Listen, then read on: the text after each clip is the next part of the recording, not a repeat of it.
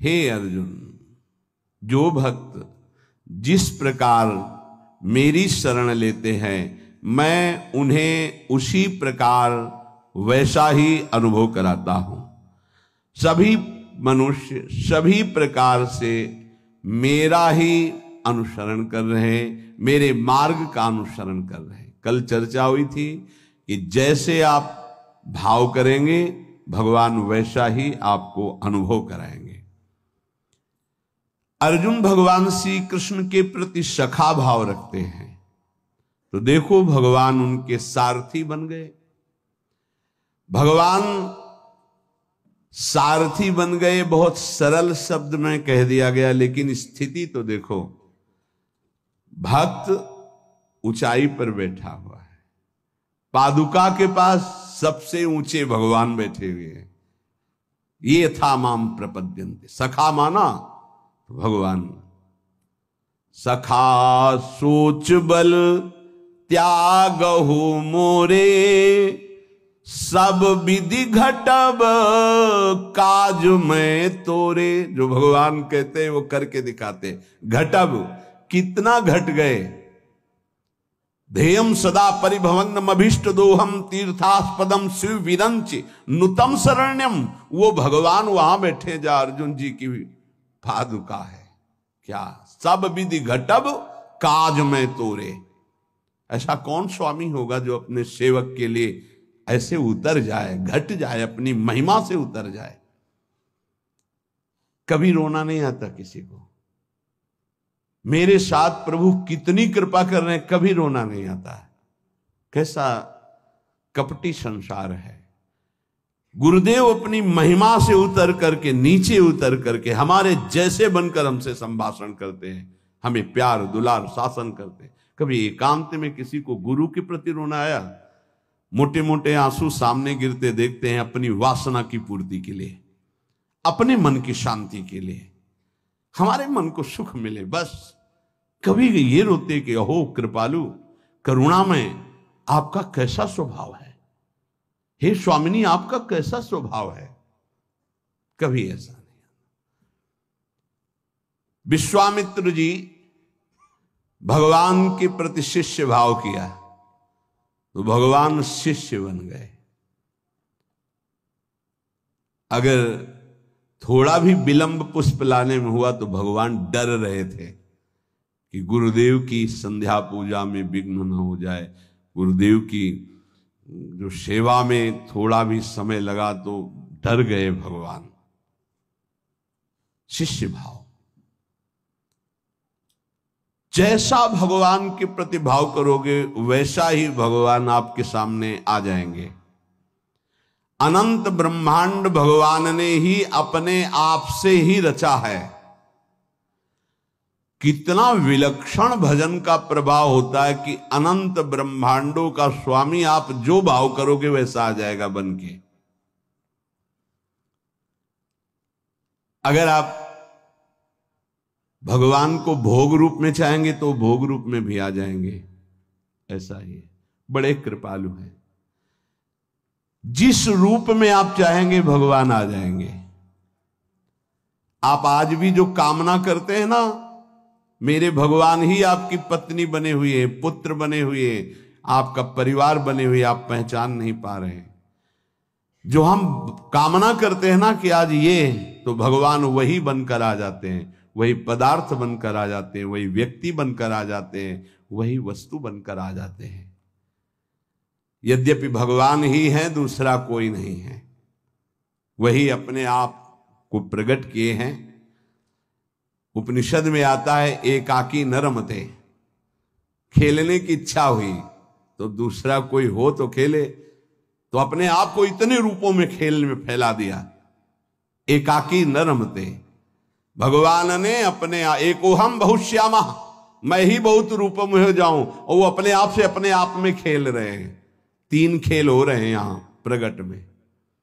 एक हो रहा है सृष्टि का सृजन बराबर चल रहा है, सृजन भी बराबर चल रहा है, पालन भी बराबर चल रहा है, संहार भी बराबर चल रहा है।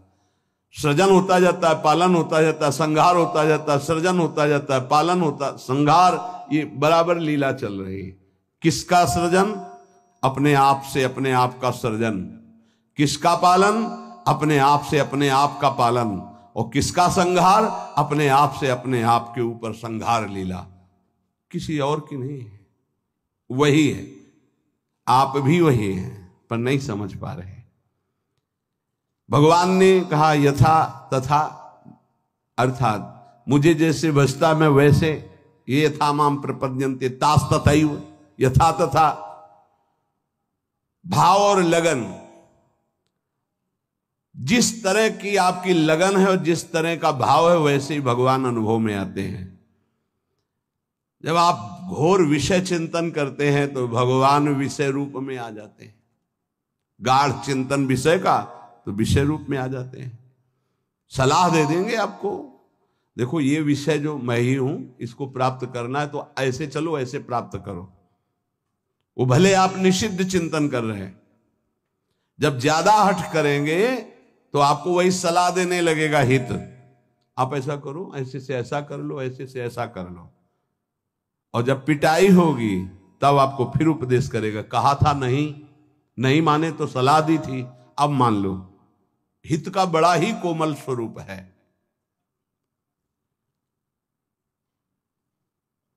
यदि आप भाव से लगन से प्रभु की तरफ चले तो उधर से प्रभु चल पड़ते हैं। और आपकी चाल और प्रभु की चाल में बड़ा अंतर है।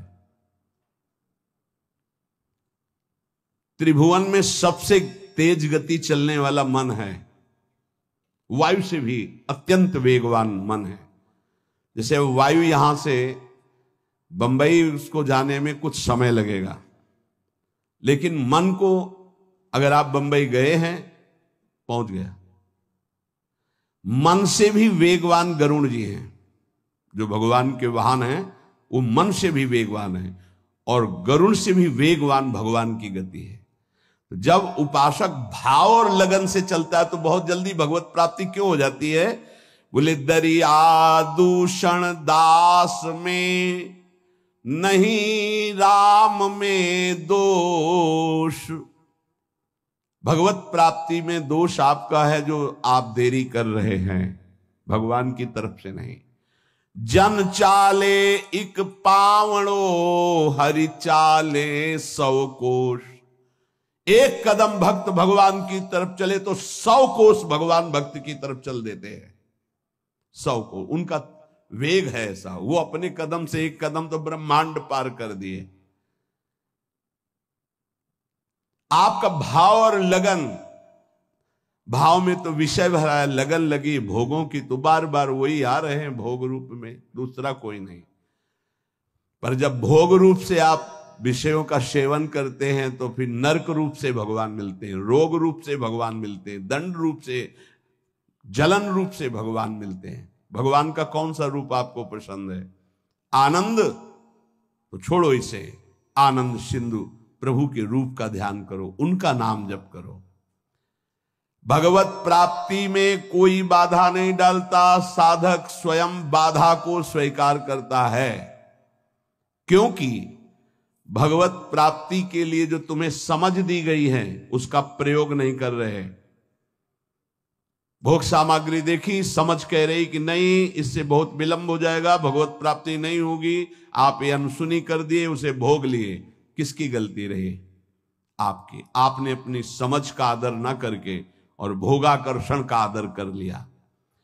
अपने समय को, अपने जीवनी शक्ति को, अपने समझ को भगवत प्राप्ति के योग में लगाना चाहिए। आप भगवत प्राप्ति के वियोग में लगा रहे हैं, दूरी बनाने में लगा रहे हैं। चलना इधर है, चल इधर रहे, इसमें कमी आपकी है। सामर्थ्य जितनी है, अगर उतना कदम बढ़ा दो तो तुम्हें खुद अनुभव होने लगेगा भगवान कितनी वेग से आपकी तरफ आ रहे हैं। पूरा समय, पूरी सामग्री, पूरी सामर्थ्य भगवत प्राप्ति के लिए मिली है आपको।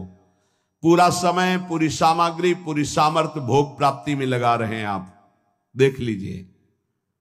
कारण समझ सामग्री समय का दुरुपयोग कर रहे हैं, क्योंकि तुम्हारे अंदर लगन नहीं, अगन नहीं भगवत प्राप्ति की।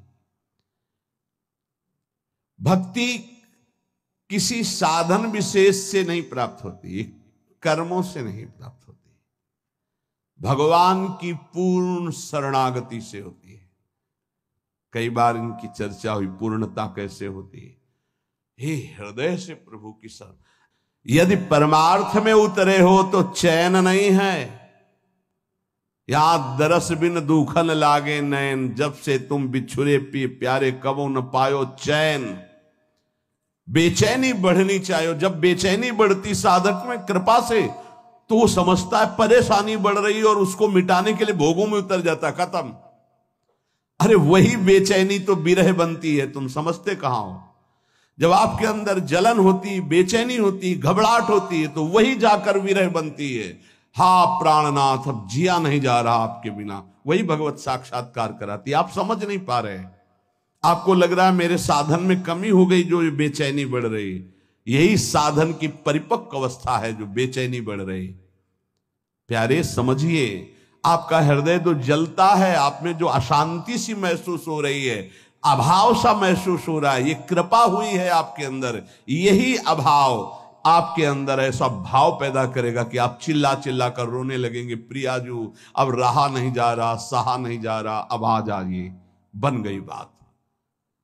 जहां आपके अंदर ऐसा भाव आया, बेचैनी बढ़ी, तो आप उसको चैन प्राप्त करने के लिए भोगों का चयन कर लेते हैं। बस गई वो। बोले अब थोड़ा, कल किसी ने कहा था कि आपके कथनानुसार मैं जब चलता हूं तो भारी घबराहट पैदा हो जाती है, और जब हम आपकी हर बात छोड़ देते हैं तो एक तसल्ली से मिलती है और शांति मिल जाती है। क्या शांति मिल जाती? मन। अब विषय भोगने को मिलेगा, अब स्वतंत्रता मिल गई। अब और जहां अनुशासन में वो जलता है कि मेरी हर वासना की आपूर्ति हो जाएगी, आप समझ नहीं पा रहे। वो जो आपके अंदर बेचैनी, वो भगवत प्राप्ति के लिए योग्यता पैदा कर रही है आपके अंदर, पर आपको वो नहीं चाहिए, इसलिए विषय सेवन में शांति लगती। त्यागात शांति मिलता, वो केवल विषय भोगों में शांति मिल जाती है। यही बुद्धि की बात है, बहुत खराब बुद्धि हो चुकी। दास्य, सख्य, वात्सल्य, माधुर्य, ये जितने भाव है पहले इनके शरणागति पुष्ट होनी चाहिए। भगवान सब कुछ आपको दे देंगे, पर पहले शरणागति पुष्ट होनी चाहिए। अगर आपने अपने आप को श्री भगवान को दे दिया तो श्री भगवान अपने आप को आपको दे देंगे। सौदा बहुत सस्ता है। हमने अपने आप को तो भोगों में दे रखा है। अगर हम अपने आप को श्री भगवान को दे दे, श्री भगवान हमें अपने आप को दे दे, कितना सौदा सस्ता है। अगर शरणागति पक्की हो गई तो भगवान त्रुटियों की तरफ नहीं देखते। राहत न प्रभु चित चूक किए की, करत सुरत 100 बार ही की। प्रभु उसके हृदय की बात देखते कि मेरा शरणागत हो गया, सैकड़ों त्रुटि हो जाए तो भी ध्यान नहीं देते। कितनी कृपा है। जैसे पीछे आपने सुना था कि भगवान कह रहे हैं मेरे जन्म कर्म को दिव्य मानने वाला पुनर्जन्म को प्राप्त नहीं होता। ऐसे ही मैं प्रभु का हूं, प्रभु मेरे, उसका पुनर्जन्म नहीं होगा। शरणागति का शुद्ध स्वरूप। हमारे माई श्यामाजू को राज, मेरी श्यामाजू मैं श्यामाजू का, ये सूत्र समझ लो। प्रभु को अपना मानने वाला, अगर उससे त्रुटियां भी होती तो प्रभु नहीं गिनते। जन अवगुण प्रभु मान न कहो, उसको भगवत प्राप्ति हो जाएगी। मैं प्रभु का, प्रभु मेरे। बस किसी भी दबाव में आकर बीच में तीसरा नहीं हो जाना चाहिए। मैं प्रभु का, प्रभु मेरे। फिर मैं प्रभु का ये भी विस्मरण हो गया, केवल प्रभु मेरे। चाहे समझ में आए या ना आवे, इतना समझ लो, संसार का कोई भी संबंध, कोई भी शरीर, कोई भी वस्तु स्थायी नहीं है, कोई भी पद। लेकिन ये बात सदा तुम्हारे अंदर स्थायी बनी रहेगी, मैं प्रभु का, प्रभु मेरे। अगर आ गई है, शरीर छूटा किसी भयानक अपराध से, अगर फिर जन्म हुआ तो ये बना रहेगा, मैं प्रभु का, प्रभु मेरे। और ये आपको परम पद प्राप्ति करा देगा। अवश्य अवश्य भगवत प्राप्ति हो जाएगी। तो अगर भगवान से कोई दुश्मनी कर ले तो उसे भगवत प्राप्ति हो जाएगी, द्वेष कर ले तो भगवत प्राप्ति हो जाएगी, क्योंकि प्रभु से ही तो जुड़ा है वो। भगवान को गाली दे, अपमान करे, नास्तिकता, बिल्कुल भगवान से बैर माने, उसे भगवत प्राप्ति हो जाएगी। यहां की जैसा कहा कि जैसे भक्त भजता है मैं वैसे भजता हूं, तो वो वैर से भजेगा तो वैर से ही सही, पर भगवत प्राप्ति तो हो जाएगी ना। बोले नहीं, भगवान ने एक शब्द कहा है, ये यथा माम प्रपद्यन्ते, प्रपद्यन्ते माने शरणागति, शरण में, मेरी शरण में होकर जैसा भाव करता मैं ऐसा अनुभव कराता हूं। तो वो जो भगवान की निंदा करता भगवान की शरण में थोड़ी है, उसको तो नरक की प्राप्ति होगी। बोले शिशुपाल ने भी तो निंदा की थी, तो रात दिन भगवदाकार वृत्ति रहती थी उसकी, उसे उठते बैठते चलते फिरते कृष्ण ही नजर आते थे। कंस ने भी तो द्वेष किया, तो उसको दाल में जीरा भी कृष्ण ही नजर आते थे, जिधर दृष्टि डालता कृष्णाकार वृत्ति थी उसकी। ये छोटे मोटे बैर वालों को यमराज ठीक कर देते हैं, उनको भगवान को नहीं अवतार लेना पड़ता। ये जैसे ना कि भगवान की निंदा कर रहे हैं, भगवान की अवहेलना कर रहे हैं, नास्तिकता कर रहे हैं, इनके लिए शासन विभाग है यमराज, वो अच्छी धुलाई करके। देखो यहां चाहे जितना आप अपने को बलवान समझें, कंबल डाल के कुटाई होती जेल में। एक हमें मिले थे जेल में, तो उन्होंने कहा था कि वो जो पुराने कैदी हो जाते हैं वो वहां के शासक की तरह हो जाते हैं। तो जैसे कोई ज्यादा उद्दंडता करता है ना, तो फिर कंबल उड़ा के और फिर उनकी पिटाई होती है। तो यहाँ तो कंबल उड़ा के होती, वहां तो बहुत ही दुर्दशा होती, क्योंकि इस शरीर का तो वहां महत्व है नहीं पंच भौतिक। वहां एक नया शरीर मिलता है जिसका नाम यातना देह, वो मरता नहीं है, उसमें केवल दंड भोगना होता है। तो कह रहे हैं ऐसे लोगों के लिए तो यमराज ही काफी हैं। ये तो उनके लिए जिनकी हर समय कृष्णाकार वृत्ति में द्वेष हुआ है। जो भगवान का आश्रय अंदर से लेकर के भगवद आचरण करता है, वो भगवान का भक्त होता है। और भगवान प्राणी मात्र के परम सुहृद हैं। जो भगवान से वैर द्वेष रखा, उन्होंने केवल भगवान से ही रखा। शिशुपाल ने कभी और किसी को गालियां नहीं दी, केवल भगवान को दी। और गालियां भी कैसी देता था, कोई गंदी बात थोड़ी कहता था। ये कृष्ण ये ऐसा क्यों बोल रहा है? क्योंकि भगवान ने इसे आदेश किया है कि हमसे द्वेष करो। कौन है ये? जय विजय हैं, 3 जन्म के लिए सनकादिक। तो रावण, कुंभकर्ण, शिशुपाल, दंतवक्, हिरण्यकश्यप, हिरणाक्ष, ये भगवत पार्षद है। भगवान के सिवा इनके चित्त में कुछ है ही नहीं। अब भगवान ने आदेश किया हमसे द्वेष की लीला करो, तो अंतिम समय तक कहां राम रन हतोपचारी वो बोल के पधारे, और ये अंतिम समय तक सभा में बसे। ये कृष्ण, ये ग्वाला। भगवान सबको कहते चुप रहो, बोलने दो, बोलने दो, बोलने दो। जब पूरा समय आ गया तो सुदर्शन चक्र से मुक्त कर दिया। हिरण्यकश्यप किसी के भी समझाने से नहीं, भगवान से वैर। ये भगवत पार्षद हैं। अगर अपने लोग सोचे तो इतनी क्षमता हमारे वैर में नहीं है कि हम भगवान में तन्मय हो जाए। उसके ठीक करने के लिए बहुत से शासक है। ये शनि, राहु, केतु, मंगल ग्रह, नक्षत्र, ये सब जानते हो, शासन विभाग है। और क्या, जैसे अलग अलग कंपनियां नहीं है, ये अमुक कंपनी है भारत की रक्षा वाली, ये अमुक कंपनी है, अमुक एजेंसियां अलग अलग नहीं। जैसे ऐसे एजेंसी समझो, नवग्रह की अलग एजेंसी अलग अलग है। मार तुम्हारी सब सुख सुविधाओं को भस्म कर देंगे, जीवन तुम्हारा क्लेश और अशांतिमय हो जाएगा। वैर द्वेष भगवान का तो कभी कुछ बिगाड़ नहीं सकेगा, तुम्हारा सर्वनाश कर देगा। ये रावण, कुंभकर्ण, शिशुपाल, दंतवक्, हिरण्यकश्यप, हिरणाक्ष, ये कोई साधारण नहीं, भगवान के पार्षद हैं। इनकी नकल नहीं कर सकता कोई कि हम भगवान से वैर करके परम पद प्राप्त कर लेंगे। भगवान की सुहृदता, शरणागति से रसास्वादन जो होता है वो और किसी भाव से नहीं होता।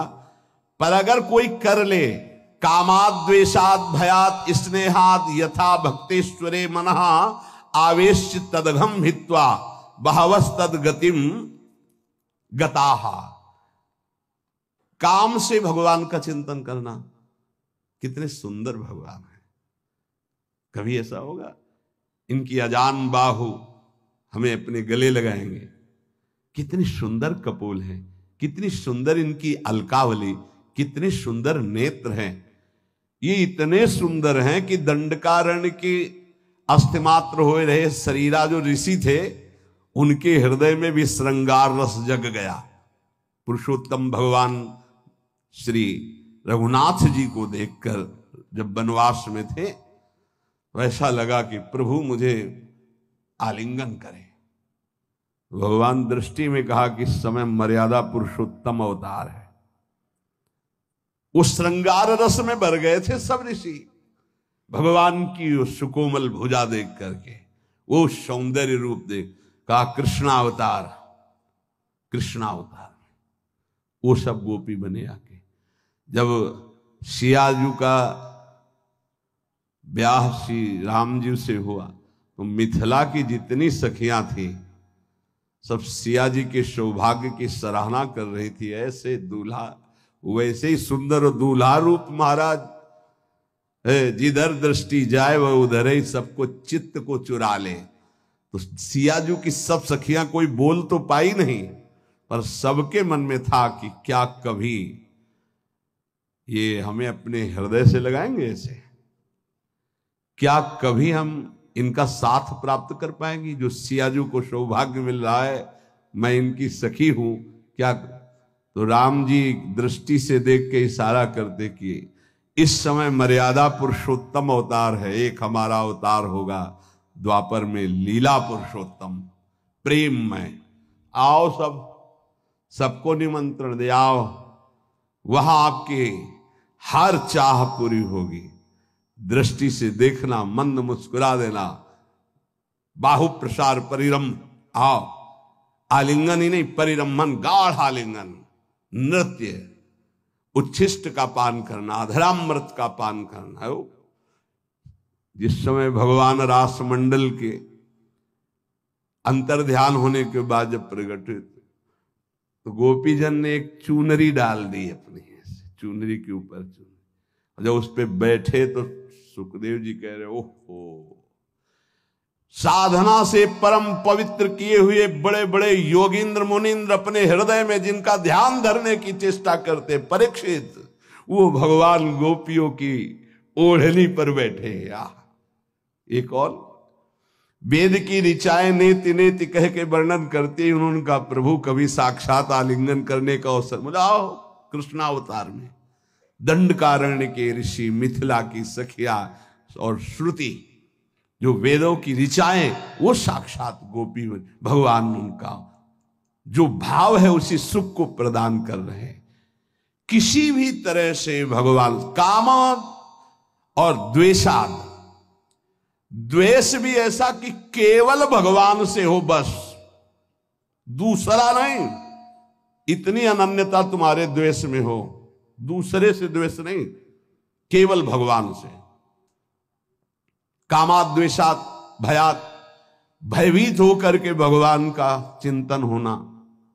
स्नेहाद, प्रेम से, सौहार्द से, किसी भी तरह से यदि भगवान में मन लग जाए, काम से, द्वेष से, भय से, स्नेह से, किसी भी संबंध से, तो कह रहे हैं वो सारे पाप नष्ट करके वो चिंतन भगवत प्राप्ति करा देता है। इसलिए ये यथा माम प्रपद्यन्ते तास तथैव भजाम्य हम, भगवान कहते जो मुझे जैसे भजता है मैं उसको वैसे भजता हूं। तुम्हारे द्वेष में इतनी ताकत नहीं कि आकाश से द्वेष करके कुछ प्यार कर लो। प्रेम करने का अवसर आया है, भगवान के नाम से, रूप से, लीला से, धाम से परम मंगल हो जाए। एक बार हृदय में फिर बैठा लो। तुम्हारी पांचों ज्ञानेंद्रियां और मन तुम्हारी दुर्गति करते आए हैं। यही तुमको आगे बढ़ने में इस समय जो आपको भगवत मार्ग मिला है बाधा पहुंचाएंगे। इनकी मांग को मत मानो। जबान कहती अच्छा अच्छा पाऊं, ये जबान कह रही रसेंद्री की बात है प्यारे, तुम्हारी मांग नहीं, तुम समझ नहीं पा रहे। इंद्रियों की विलासता तुम्हें नारकी गतियों में पहुंचा देगी। क्या क्या पूरा करोगे, कब कब पूरा करोगे। देहूती जी आदि सम्राट महाराज मन की पुत्री है। जब करदम जी से ब्याह हो गया, चले गए मन शत्रुपा जी। वो तो अपनी साधना में सेवा में लगी रही, कई वर्ष तक कोई चेष्टा नहीं। आंख खुली, एक दिन देखा तो झुर्रियां पड़ रही हैं, शरीर सूख गया। कहां राजकुमारी और कहां एक ऐसे महान तप संपन्न ऋषि की सेवा पति रूप से। क्या चाहती हो तुम, बहुत कृश हो गई हो, क्या चाहते हो। अब भगवान गृहस्थ में तो पाणी ग्रहण जैसा भाव हो गया, लेकिन गृहस्थ धर्म की पूर्ति तो हुई नहीं। अच्छा, तो इस सरोवर में स्नान करके आओ। जे ही सरोवर में डुबकी लगाई, ऐसा सुंदर रूप स्वस्थ प्रकाशित हुआ। संकल्प किया, कितने खंड का विमान तैयार हो गया। देवराज इंद्र के पास भी वो विमान नहीं। ऐसा आकाशचारी देव गंधर्वों को भी मोहित कर ले ऐसा विमान, और सब विश्व ब्रह्मांड की भोग सामग्री 9 रूपों में अपने आप को विभाजित किया। क्या क्या बाद में देहूती जी के वचन भगवान कपिल देव जी से थे कि बेटा अब मुझे बचा लो, उद्धार कर दो, तुम पुत्र रूप में आए हो, प्रभु हो मैं जानती हूं। ऊब गई इन दुष्ट इंद्रियों से। महायोगी करदम जी 9 रूपों से अपने को विभाजित करके ऐसे विमान पर आकाशचारी देव गंधर्वों को भी मोहित करने वाले विलासिता भोग से संपन्न, न जाने कितना वैभव सुख सब। तब देहूती जी ने कहा मैं ऊब गई इन दुष्ट इंद्रियों से, कभी ये तृप्त नहीं होंगी, भगवान कैसे विश्राम मिले। तब उपदेश किया भक्ति योग का, सांख्य योग का, अष्टांग योग का, कैसे परम पद प्राप्त होता है। तो वो बात मान लो। ऐसे ऐसे महान भोगों को भोगने वाले भी आखिरकार हार गए। जब शौभरी जी ने देखा मछली की क्रीड़ा और काम जागृत हुआ, 50 ब्याह मानधाता की पुत्रियों से किए। मानधाता ने विचार किया कि ये ऋषि क्या सुख दे पाएंगे हमारी राजकुमारियों को। तब कहा कल आना और यमुना किनारे देखना करके, तुम्हारा स्वागत करने के लिए कुछ हमारे जन भी होंगे। सोचा पता नहीं फूस की झोपड़ी बनाई होगी। आकर के ऐसे नगर की रचना की संकल्प से कि देवराज इंद्र के पास अमरावती में भी ना वो महल था, ना वो शोभा थी, ना वो संपत्ति थी। तप के द्वारा ऐसा नगर रच दिया। स्वागत हुआ महाराज मानधाता का। आश्चर्यचकित थे कि मैं सम्राट हूं, मेरे पास तो ऐसा कुछ नहीं जो एक इस योगी के पास है। 50 राजकुमारियों से गृहस्थ धर्म का बड़ा वैभव। फिर एक दिन एकांत में बैठे, हाय हाय मच गया, क्यों मैं कहां था, कहां आ गया, अपने तप का क्या प्रयोग कर डाला। तब वो एक श्लोक गायन किए थे जिसका प्राय हम चर्चा करते रहे। संगम त्यजेत मिथुन व्रतिनाम मुमुक्षु सर्वात्मना न विसजेत बहिरिंद्रियाणि। इंद्रियों को इतना दुलार मत करो, नहीं तो नष्ट कर देंगे, ऐसा नष्ट कर देंगे पूछो मत। बहुत दुर्दशा होती है इन इंद्रियों की। छोटे छोटे बच्चों को त्याग करके, उनकी हत्या करके, फिर अपनी इंद्रियों की विलासता में उतर करके बढ़ना, ये सब क्या हो रहा है। इंद्रियां कितनी निकृष्ट होती चली जा रही हो। हम साधक होके, भगवत मार्ग के पथिक होके, जान करके अगर इंद्रियों को दुलार करेंगे तो प्यारे कोई नहीं बचा पाएगा। ये माया रौंद देगी। इसलिए प्रार्थना है जितने से भगवत भजन न छूटे उतना तो दुलार करो। इतना दुलार ना करो कि प्रभु को भूल जाओ, माया तुम्हें अपने सीमा में ले ले। बहुत बहुत जन्मों के बाद हमको ये अवसर मिला, चूको मत। मान लो अभी प्रार्थना करते हैं, अभी डांट लगा देते हैं, आगे चलकर तुम्हें कोई डांट लगाने वाला नहीं मिलेगा, प्रार्थना करने वाला नहीं मिलेगा। एक शब्द याद कर लो, जो मिलेगा वो शोषण करने वाला मिलेगा। मां जैसा दुलार, पिता जैसा शासन हमारे भगवान स्वयं प्रकट होकर करते हैं। वो हमारे गुरुदेव होते हैं। अनंत माताओं का प्यार, अनंत पिताओं का शासन वही कर